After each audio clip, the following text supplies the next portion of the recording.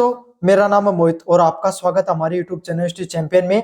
तो जैसा कि आप जानते हो, आपका जो पेपर होने वाला है फाउंडेशन ऑफ पॉलिटिकल साइंस, उससे संबंधित जितने महत्वपूर्ण प्रश्न होने वाले हैं सारे के सारे मैं आपको करवाने वाला हूं। उसका जो अगला महत्वपूर्ण प्रश्न आपके सामने, संसदीय एवं लोकतंत्र शासन प्रणाली। संसदीय प्रणाली क्या होती है, लोक और उसमें जो राष्ट्रपति शासन प्रणाली होती है उसमें क्या अंतर होता है, उसके बारे में विस्तार से पढ़ने वाले हैं। काफी ज्यादा महत्वपूर्ण प्रश्न है जो ये पीडीएफ में पढ़ा रहा हूं। अगर ये आपको फ्री में प्रोवाइड अगर आप पाना चाहते हो तो आपको क्या करना है, चैनल को सब्सक्राइब करना है और वीडियो को लाइक करना है। जैसे चैनल को सब्सक्राइब करोगे, डिस्क्रिप्शन में टेलीग्राम का लिंक दे रखा है, उस पर क्लिक करना आपको। जैसे क्लिक करोगे टेलीग्राम चैनल को ज्वाइन कर लेना है। वहां पर फाइल वाले सेक्शन में जाकर आपको BA first semester political science की जो आपके सामने पीडी के नाम से पीडीएफ पड़ी होगी उसको डाउनलोड करके पढ़ लेना। आपके सामने सारे सारे सॉल्यूशन देखने को मिल जाएंगे। समझ में आ गया। साथ के साथ अगर आप क्या करना चाहते हैं, अन्य वीडियो देखना चाहते हो तो डिस्क्रिप्शन में प्ले लिस्ट का लिंक दे रखा है, वहां से जाकर अन्य वीडियो भी देख सकते हो। इस पेपर से संबंधित सब कुछ पढ़ा रखा है मैंने। फ्लिपकार्ट व मंत्रा से अगर कोई प्रोडक्ट खरीदना चाहते हो तो इस जो आपके सामने ये व्यू प्रोडक्ट वाला ऑप्शन दिखाई दे रहा है, इस पे क्लिक करके आप क्या कर सकते हो, कोई भी प्रोडक्ट है वो खरीद सकते हो। मैंने लगा रखा, टैग कर रखा है, जो किताब कर रखी है, इसके अलावा भी और कुछ प्रोडक्ट भी खरीद सकते हो। सबसे ज्यादा डिस्काउंट आपको देखने को मिल जाएगा। चलो शुरू करते हैं अपन। संसद जो संसदीय प्रणाली होती है, पार्लियामेंट्री प्रणाली व राष्ट्रपति की जो शासन प्रणाली होती है, वह कार्यपालिका व विधायिका के बीच में संबंधों के आधार पर जो लोकतांत्रिक शासन के दो रूप होते हैं। मतलब संसदीय प्रणाली व जो राष्ट्रपति शासन प्रणाली है वो आपके सामने जो कार्यपालिका और विधायपालिका के जो संबंध होते हैं उसके आधार पर जो अलग अलग प्रकार होते हैं इसके। समझ में आ गया आपके सामने, जहां पर क्या क्या चीजें देखने को मिलती है इसके ऊपर अपन बात करेंगे। देखो क्या होता है आपके सामने, संसदीय प्रणाली क्या होती है, जिसपे आपके सामने जो संसद है उसकी सारी की सारी चलती है। भारत है, भारत में एक राष्ट्रपति है आपके सामने, लेकिन चलती किसकी ज्यादा, संसद की। सारे कानून संसद निर्माण करती है ना। सारे आपका जो उसका मुखिया प्रधानमंत्री सबसे ज्यादा शक्तिशाली होता है। सभी चीजें आपके सामने डायरेक्टली इनडायरेक्टली किसके हाथों में होती है, जो संसदीय प्रणाली में संसद के हाथों में होती है। समझ में आ गया। राष्ट्रपति प्रणाली होती है, भारत में संसदीय प्रणाली है। अब अमेरिका में आपको कभी प्रधानमंत्री का नाम पता है कि आपको कौन है अमेरिका प्रधानमंत्री, नहीं जानते हो। वहां पे अपन राष्ट्रपति को जानते हैं, क्यों, क्योंकि वहां पर राष्ट्रपति की प्रणाली है। वहां पर सत्ता किसके, शक्ति किसके हाथ में होती है, शक्ति व सत्ता राष्ट्रपति के हाथों में होती है। और वो जो शासन प्रणाली है वो आपके सामने मजबूत हुआ सुदृढ़ प्रणाली है। पहला पॉइंट आपके सामने अंतर की बात करें, पहला है कार्य प्रणाली का स्वरूप। कैसी कार्य प्रणाली देखने को मिलती है आपके सामने, संसदीय शासन प्रणाली में दोहरी कार्यपालिका होती है, राष्ट्रपति, राजा या प्रधानमंत्री या राष्ट्र जो आपके सामने। मतलब जैसे अलग अलग उदाहरण बताऊं, संसदीय प्रणाली भारत में भी है। संसद ने क्या किया, लोकसभा राज्यसभा से क्या हुआ, कोई बिल पास हुआ, कोई कानून पास हुआ, फिर राष्ट्रपति के पास जाएगा। राष्ट्रपति के पास अंतिम अधिकार होता है, वो उसको रोक सकता है, वापस भेज सकता है या फिर पास कर सकता है। समझ में आ गया आपके सामने। तो पहले आपके सामने किसके हाथों में सत्ता है, संसद के हाथों में भी सत्ता है और राष्ट्रपति के हाथों में भी सत्ता है। अब आपके सामने अपन ब्रिटेन में चले जाते हैं, वहां पर क्या राष्ट्रपति का पद नहीं देख के किसका पद देखने को मिलता है आपके सामने, राजा का पद देखने को मिलता है। राजा भारत में जो राष्ट्रपति है ना, वो ब्रिटेन के राजा के पद से ही उसको लिया गया है। भारत के राष्ट्रपति की जितनी पास शक्तियां उतने ही वहां के राजा के पास भी शक्तियां होती है। वही सेम प्रारूप है, वहां से संविधान संशोधन होकर उनके पास जाता है, वो चाहे तो उसमें बदलाव वगैरह करना चाहे तो कर सकते हैं। समझ में आ गया आपके सामने। अब राष्ट्रपति शासन होता है, राष्ट्रपति शासन जो राज्यों में लगता है वो नहीं, राष्ट्रपति शासन प्रणाली है जहां पर राष्ट्रपति मुख्य होता है। तो उसमें क्या होता है, एकल कार्य प्रणाली है, एक ही व्यक्ति के हाथों में सबसे ज्यादा शक्ति देखने को मिलेगी, वो राष्ट्रपति होगा। उसी के हाथों में वास्तविक और नाममात्र का प्रमुख होता है आपके सामने, उसके हाथों में सारी सारी शक्तियां देखने को मिलती है। समझ में आ गया। और अगर राष्ट्रपति सबसे ज्यादा प्रमुख शक्तिशाली व्यक्ति होता है, बाकी अगर कोई व्यक्ति है प्रमुख है तो वो नाममात्र का होगा, उसका कोई इतना ज्यादा महत्व नहीं देखने को मिलेगा। समझ में आ गया आपको अच्छे से। जवाबदेही की बात करें कि जो संसदीय प्रणाली होती है उसमें कौन किसके प्रति जवाबदेही होता है। कार्य प्रणाली, मंत्री परिषद होती है वो विधायिका के प्रति क्या होती है, जवाबदेही होती है। भाई जो मंत्री परिषद है ना वो संसद के प्रति जवाबदेही है। भारत के जितने मंत्री परिषद है वो लोकसभा के प्रति जवाबदेही। किसमें लिखा गया, संविधान में लिखा गया। मतलब उस संसद पटल में लोकसभा में बैठे हुए जितने जो मंत्री हैं, जितने जो लोग हैं वो उन मंत्रियों से सवाल पूछ सकते हैं कि साहब आपने जो हमारा हाईवे का निर्माण किया था उस हाईवे में ये कमियां है, आप जवाब दो। और देना पड़ेगा वहां पर बैठे हुए मंत्रियों को, वहां पर बैठे हुए सभी जो मंत्री परिषद है उसको। स्वास्थ्य से संबंधित गड़बड़ी है तो पूछ सकते हो। तो सभी लोगों को लोकतांत्रिक परंपरा में क्या होता है, जो मंत्री परिषद है वो जो संसदीय प्रणाली होती है उसमें वो संसद के प्रति क्या होते हैं, सामूहिक रूप से जवाबदेही होते हैं। उसमें प्रधानमंत्री को भी जवाब देना पड़ सकता है, बाकी की जितनी मंत्री परिषद है उसको भी जवाबदेही तय करनी होती है। अच्छा, राष्ट्रपति प्रणाली में क्या होता है, कार्यपालिका राष्ट्रपति विधायिका के प्रति जवाबदेह नहीं होता है। मतलब जो राष्ट्रपति होता है ना, वो चाहे तो अपने फैसले क्या करता है, अपने हिसाब से लेता है, वो आपके सामने संसदीय प्रणाली के प्रति क्या जवाबदेही नहीं होता आपके सामने। समझ में आ गया आपको अच्छे से। संबंधों की बात करें, कार्यपालिका विधायिका निम्न सदन से चुनी जाती है, गहराई से जुड़ी होती है। मतलब जो कार्यपालिका होती है, जो विधायिका होती है, वो क्या होती है आपके सामने जो सबसे निचला सदन होता है उससे जुड़ी होती है, आपके सामने जो लोकसभा होती है उससे, या फिर जो आपके सामने राज्य सरकार होती है उसमें विधानसभा होती है उससे जुड़ी होती है। तो जनता के द्वारा जो चुने हुए प्रतिनिधि है वो डायरेक्ट रूप से क्या होते हैं, प्रत्यक्ष रूप से सरकार के बनाई गई नीतियों पे क्या होते हैं आपके सामने भाग लेते हैं।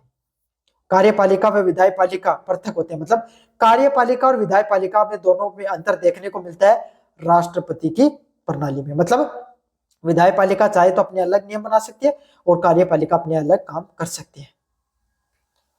स्थायित्व की बात करें, कौन सी सरकार ज्यादा मजबूत होती है, तो जो संसदीय प्रणाली की जो सरकार होती है वो कम स्थिर होती है भाई। क्यों, गठबंधन की सरकार थी, दूसरे वाले ने गठबंधन तोड़ दिया तो सरकार क्या हो गई, गिर सकती है। अविश्वास प्रस्ताव के साथ क्या हो सकता है आपके सामने, सरकार है वो गिर सकती है। और जहां पर राष्ट्रपति सर्वोच्च सत्ता में होता है उसकी सरकार अधिक दिनों तक चलती है आपके सामने। उसके खिलाफ अविश्वास प्रस्ताव आ जाए तो इतना ज्यादा फर्क नहीं पड़ता है। क्यों, क्योंकि वो मंत्री परिषद है, वो संसद के प्रति जवाबदेही नहीं है। समझ में आ गया आपको। प्रधानमंत्री सरकार का प्रमुख व्यक्ति होता है। मतलब सरकार का मुखिया कौन होता है आपके सामने, सरकार का मुखिया प्रधानमंत्री होता है। उसी के पास सारी शक्तियां होती हैं, वही सारी जवाबदेही तय करता है किसमें, संसदीय सरकार में। राष्ट्रपति की जो शासन प्रणाली होती है उसमें प्रधानमंत्री का कोई पद नहीं होता है, राष्ट्रपति ही सबसे प्रमुख होता है। वही जो फैसले लेता है वही फैसले लागू होते हैं, वही जनता के ऊपर क्या होता है, सारी की सारी चीजें हैं, फैसले लेने का, नीति का निर्माण करने का, अपनी सरकार चलाने का, मंत्री परिषद का, सभी का ध्यान कौन रखता है, राष्ट्रपति है वो ध्यान रखता है। मंत्रियों की सदस्यता, मंत्री विधायिका के सदस्य होना अनिवार्य होता है। मतलब जो जितने भी मंत्री होंगे वो आपके सामने क्या होंगे, संसद के जो लोकसभा या राज्यसभा से चुने हुए होने चाहिए। अगर नहीं चुने होंगे तो 6 महीने बाद में उनको 6 महीने के अंदर अंदर उनको चुनना होता है। समझ में आ गया। और इसमें कोई जरूरी नहीं होती संसदीय प्रणाली में। अब आपको पता भाई इलोन मस्क भी मंत्री था इसके जो डोनाल्ड ट्रंप की सरकार है उसके अंदर, लेकिन क्या वो किसी पद से चुन के आया था, नहीं चुन के आया था। तो वहां पर कोई मंत्री होते हैं, वो जरूरी नहीं कि विधायपालिका के सदस्य हो तो जब ठीक है, नहीं हो तो भी कोई दिक्कत नहीं है। उदाहरण की बात करें भाई, संसदीय प्रणाली भारत, ब्रिटेन, जापान व कनाडा जैसे देशों में देखने को मिलती है। और राष्ट्रपति की सरकार संयुक्त राज्य अमेरिका, ब्राजील व मेक्सिको जैसे देशों में देखने को मिलती है। किसे अधिक लोकतंत्र मानते हैं, मतलब दोनों जो सरकार होती है उसमें सबसे ज्यादा लोकतांत्रिक सरकार किसकी होती है, कौन सी होती है आपके सामने। तो आप सभी को पता है, जितने भी आपने पॉइंट पढ़े इसमें आपको पता चल गया संसदीय शासन प्रणाली है ये ज्यादा लोकतांत्रिक होगी। क्यों, क्योंकि मंत्री परिषद लोकसभा के प्रति जवाबदेही होती है और लोकसभा में इनडायरेक्टली जनता के द्वारा चुने गए प्रतिनिधि होते हैं आपके सामने। भाई आपके क्षेत्र का एमएलए खड़ा होकर सवाल पूछ ले कि हमारे जो क्षेत्र में सड़क बनाई थी, हाईवे बनाया था, वो सही से नहीं चल रहा है। स्वास्थ्य मंत्री से पूछ ले कि आप हमारे यहाँ पर स्वास्थ्य सुविधाओं को बढ़ोतरी कीजिए, तो उनको जवाबदेही तय करनी पड़ती है। तो यही है आपके सामने सबसे ज्यादा लोकतांत्रिक शासन प्रणाली की बात करें तो कौन सी होती है, संसदीय शासन प्रणाली होती है। उत्तरदायित्व की बात करें, संसदीय प्रणाली में कार्यपालिका मंत्री परिषद को प्रतिदिन विधायिका व संसद के प्रति जवाबदेही रहना पड़ता है। मतलब जब भाई पर्सन जो आपके सामने जब लोकसभा चलती है, राज्यसभा चलती है, तो उस समय संसद के प्रति जवाबदेही रहना पड़ता है सारी की सारी मंत्री परिषद को, जिसमें विपक्ष प्रश्नकाल करता है, जो प्रश्न पूछे जाते हैं उनका जवाब देना पड़ता है, शून्यकाल और अविश्वास प्रस्ताव के माध्यम से सरकार पर नियंत्रण रहता है। मतलब विपक्ष भाई आपके सामने सवाल पूछ सकता है मंत्रियों से, शून्यकाल में प्रश्न पूछे जा सकते हैं और अविश्वास प्रस्ताव लाया जा सकता है। अगर अल्पमत में है सरकार, उनके पास बहुमत नहीं है, तो क्या किया जा सकता है, उनको सरकार को गिराया जा सकता है, अविश्वास प्रस्ताव भी लाया जा सकता है। या फिर अच्छे से काम नहीं कर रहा है सरकार, तो भी अविश्वास प्रस्ताव लाया जा सकता है। यह निरंतर जवाबदेही से अधिक लोकतांत्रिक बनाती है। मतलब लगातार अगर आप जवाबदेही तय करते रहते हो इस प्रकार की चीजें लाकर, तो इससे सरकार और ज्यादा लोकतांत्रिक बनती है। अगले वाला पॉइंट है जनता की इच्छाओं का अधिक प्रतिनिधित्व है। कार्यपालिका सीधे तौर पर बहुमत दल या गठबंधन में आती है जिसे जनता ने चुना होता है। मतलब भाई संसदीय सरकार में कौन सरकार बनाता है, सत्ता में कौन होता है, भारत में कौन, भाई जिसके पास जितने ज्यादा एमएलए होंगे वही सरकार बनती है। तो यही है, कार्यपालिका सीधे तौर पर बहुमत दल या गठबंधन में आती है जिसे जनता चुनती है। मतलब वही सरकार आपके सामने देखने को मिलेगी, वही सरकार या वही पार्टी सत्ता में देखने को मिलती है जिसको जनता सबसे ज्यादा वोट देती है। तो इससे क्या है, जनता की इच्छाओं का सीधा व त्वरित प्रतिनिधित्व होता है। इससे क्या होता है, जनता की जो इच्छाएं होती हैं वो सीधे के सीधे आपके सामने प्रत्यक्ष व अप्रत्यक्ष रूप से देखने को मिलती हैं आपके सामने। अगले वाला पॉइंट आपके सामने संघर्ष का अभाव। कार्यपालिका व विधायिका के बीच में जो संबंध है वो मधुर होते हैं, जिसके कारण नीतियों का निर्माण में संभावना कम होती है। तो भाई कार्यपालिका जो आपके सामने सरकार की बनाई गई नीतियों को लागू करने काम करती है, वो किसके नीचे काम करती है, विधायपालिका के जो सत्तारूढ़ दल उसके नीचे काम करती है। तो भाई उनको क्या, उन्हीं के हिसाब से काम करना पड़ता है। तो इससे क्या होता है, उनके बीच में संबंध भी अच्छे होते हैं। तो इससे नीतियों का जो निर्माण है उसमें वो बहुत जल्दी लागू हो सकती है, उसमें कोई संघर्ष नहीं होता है और शासन बहुत अच्छे से चलता है। अगले वाला पॉइंट आपके सामने वैकल्पिक सरकार की संभावना। यदि सत्तारूढ़ दल बहुमत खो जाता है तो बिना चुनाव के भी दूसरी सरकार बनाने की क्या होती है, संभावना रहती है। भाई एक गठबंधन की सरकार थी, उसने क्या किया, गठबंधन तोड़ के दूसरे के पास चले गए और वहां पे सरकार बन गई। तो इससे क्या होता है आपके सामने, जो अगर कोई एक सरकारी बहुमत में रहे, जरूरी नहीं है कोई दूसरी सत्तारूढ़ दल है वो भी आपके सामने सत्ता में आ सकता है। इसमें पॉइंट दिया गया, हालांकि राष्ट्रपति प्रणाली शक्ति के पृथक्करण के कारण अधिक लोकतांत्रिक मानी जाती है, लेकिन जवाबदेही के सिद्धांतों में संसदीय प्रणाली से पिछड़ जाती है। मतलब शक्तियां सबसे ज्यादा किसके अंदर होती है, आपके सामने जो राष्ट्रपति प्रणाली उसमें ज्यादा शक्तियां होती हैं, लेकिन जनता की जवाबदेही तय करने की बात आती है तो लोकतांत्रिक जो सरकार होती है उसके पास ज्यादा अधिकार होते हैं, ज्यादा लोकतांत्रिक परंपरा के हिसाब से चलते हैं। इसलिए क्या होता है आपके सामने, वो सरकार ज्यादा क्या होती है आपके सामने, ज्यादा जवाबदेही होती है, जनता के प्रति सारे काम करती है।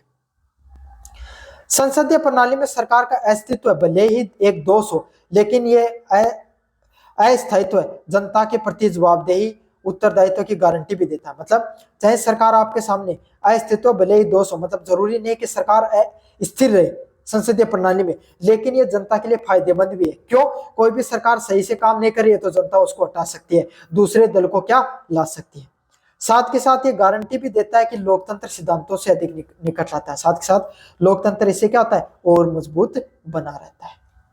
तो ये था आपके सामने जो संसदीय व राष्ट्रपति प्रणाली के जो बीच में अंतर था उसको विस्तार से बताया मैंने। आपको कैसा लगा वीडियो जरूर से बताना, चैनल को जरूर से सब्सक्राइब कर देना। धन्यवाद।